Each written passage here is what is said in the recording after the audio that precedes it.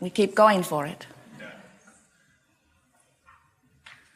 You feel the freshness of new desire within you. You remember desire when you believed that that which you desired could be. Do you remember that feeling? We're looking forward to a return to that with all desire. We want you to feel a desire born, and we want you to not fret over its not yet fulfillment, but instead breathe in the life-giving air that the new desire is providing for you, because it is truly the summoning of life force. You knew it when you came forth. You said, this environment will be perfect, for it will stimulate ever new desire within me. And you knew then that each desire would summon source. And you knew then that the source would flow forth and that it would give you life. And you knew then meaning before you came forth into this body, that as the desire is born and as it is summoning source, that it is life itself. And that the eternalness that we are all talking about, the eternal nature of our being, is dependent upon that fresh new desire being born. Sometimes it translates in a little bit of a screwy way in your physical environment, because you feel the desire being born, and then quite often, because you are so accustomed to this time-space reality where you see the fact, you see the history, you see the manifestation, and you call that life. In other words, manifestation, our human friends call real life. Well, that's reality, that's real life.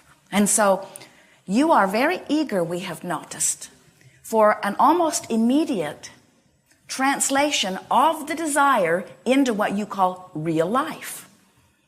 And we're wanting you to sort of ratchet that back just a little bit and start enjoying the desire and the feeling of desire and the feeling of the summoning of source that desire indicates, while you are anticipating the real life manifestation. But where you're not hanging all of your hopes and dreams on the immediate manifestation, because we promise you that if you could give birth to a desire and it would manifest immediately, and then you would give birth to another desire and it would manifest immediately, with no buffer, no opportunity to peruse, no opportunity to mold it into place, no opportunity to check your balance, no opportunity to stabilize where you are. If everything that you thought manifested, we would be holding de-manifestation seminars.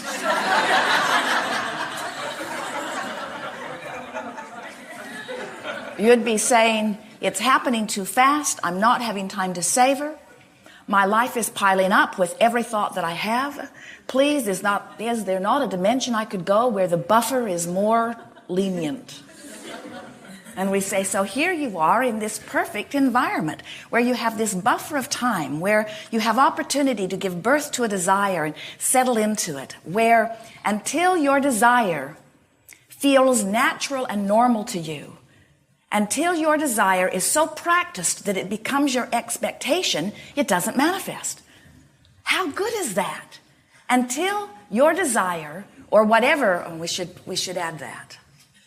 Until whatever you are thinking about, sometimes it's not a desire. Until whatever it is you're thinking about is not expected by you, it doesn't happen. In other words, you've got to expect it. You have to practice the thought enough that it becomes the normal beating of the drum, so to speak, before it manifests. So if you have desires that aren't happening, they haven't manifested, and you are noticing that they have not happened, where is it, you say? It's taking too long, you say. So the habit of thought that you have about this desire is more about where is it, what's taking so long, why does she have it and I don't? How come I don't have it? Am I not worthy? What's gone wrong? Where is it? How come it isn't here yet? Maybe I can take a seminar that will bring this lost thing to me.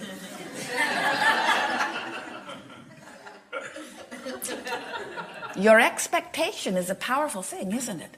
Your expectation is the practicing of thought, which equals the practicing of vibration, which equals your point of attraction, which equals what manifests.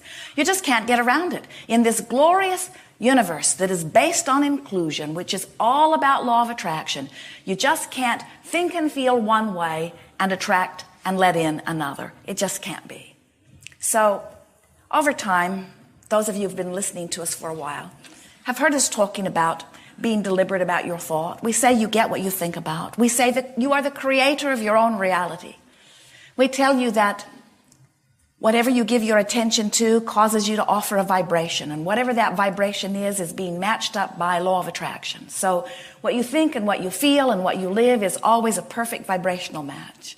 And then we see you beginning to worry about your thoughts because you say, oh, I get what I think about, and I have not been thinking some very good thoughts. And so now I'm a little worried about the thoughts I've been thinking. Cancel, you say.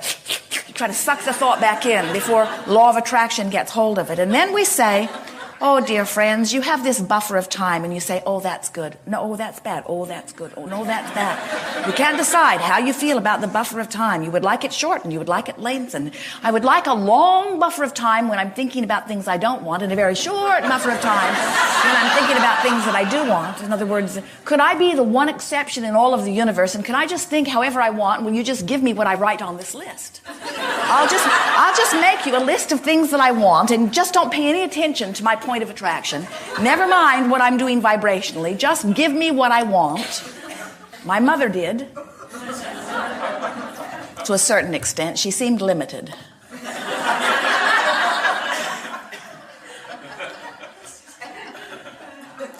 And so now we say to you, pay attention to the way you feel, because the way you feel lets you know what your point of attraction is. And for the most part, those of you who come to gatherings like this are living very good lives.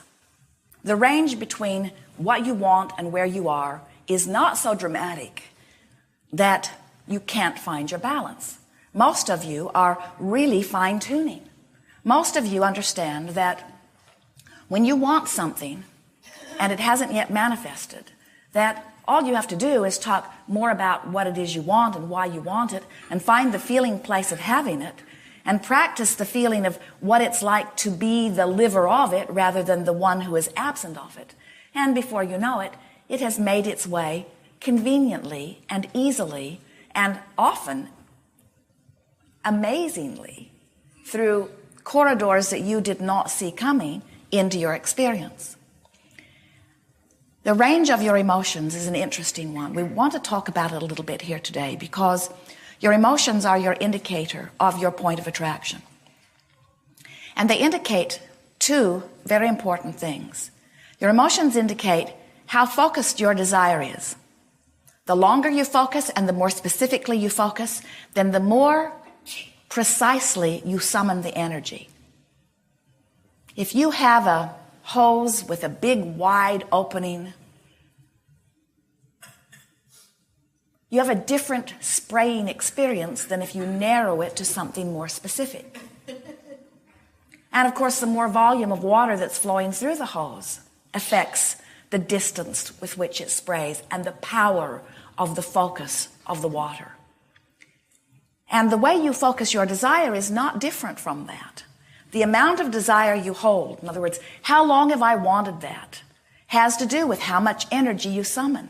And how specifically you focus your desire has to do with how specific that force or that power, that energy that creates worlds, flows toward your desire. So that's one factor. The other factor is, once you're summoning this energy, what are you doing about letting it in? And that's the focusing too. In other words, when you really want something and you don't believe it, you're summoning it, but you're resisting it. So now it's like you've got this powerful hose that is focused, and you've got something blocking the spray, which is causing it to squirt all over the place. It's not allowing you to put it where you want it. And so things aren't turning out the way you want them to, and you can't figure out why. And we say the focusing mechanism is about wanting and allowing. It's about wanting and then bringing yourself into alignment with what you want. Now that's easy to understand. You know about focus. You focus cameras, you focus water, garden hoses. You get the sense of this focusing. So now we want to talk about your emotions in general. We want to help you to remember that the better you feel, the more in alignment with your desire and with who you really are, you are. And the worse you feel, the more resistance you are introducing. You are extensions of source energy, and when you are allowing a wide open valve, when you are really allowing yourself to be in vibrational concert with who you are, the energy flows through you comfortably and you feel wonderful. And under those conditions, the more powerful your desire, the more energy flows comfortably through you. In other words, you can create castles or buttons. It does not matter what your object of attention is. When you are wide open to the energy, summoning it through the power of your desire and not resisting it through contradictory thought, you are powerful beings. And that's who you are. That's what you planned to do when you came forth here. Not because this world is broken and needs to be fixed, but because you are creative genius and it is great fun to identify your own personal desires, beat the drum of them, get your vibration going about them, summon toward them, and then watch the universe in all of its cooperative forces align circumstances and events for the fulfillment of your desire, because you are genius creators worthy of anything that you can conjure. If you can identify a desire in this time-space reality, it is our absolute promise to you that this environment has the ability to fulfill your desire to the specifics that you are able to identify. There is nothing that will ever go unanswered, ever. When you ask, it is always given every single time. So in this range of emotions, there is this ecstasy, this passion, this love, appreciation, this really being who you are, the natural state of you. And then on the other end of it, there is that disempowered, sort of lost feeling. So the most connected state of being that you will ever achieve is that feeling of all power. It's that feeling of being blessed, adored, worthy, and wanting. It's that feeling of whatever I am wanting, I have the ability to achieve. You are freedom knowing beings. And on the other end of that emotional, vibrational spectrum is the feeling of powerlessness.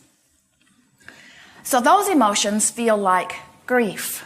They feel like betrayal. They feel like powerlessness. Now, it's an infinite range. You could call your range of emotions a lot of different words. Really, we would like to help you to realize that there are only two. One feels good and one feels bad, and there is everything in between. And we want you to begin to realize that in these words or states of being or moods that you call emotions, there are vibrational ranges of allowing or resisting.